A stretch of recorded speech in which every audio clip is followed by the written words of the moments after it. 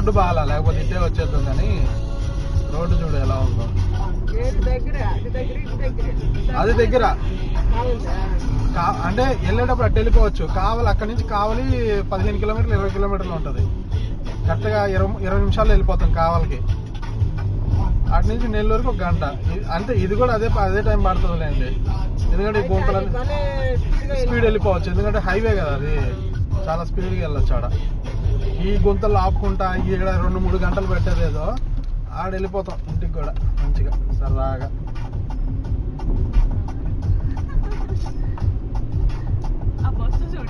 అదే గుంతలు చూడు, రోడ్డు కూడా ఆటవాలుగా ఉంది.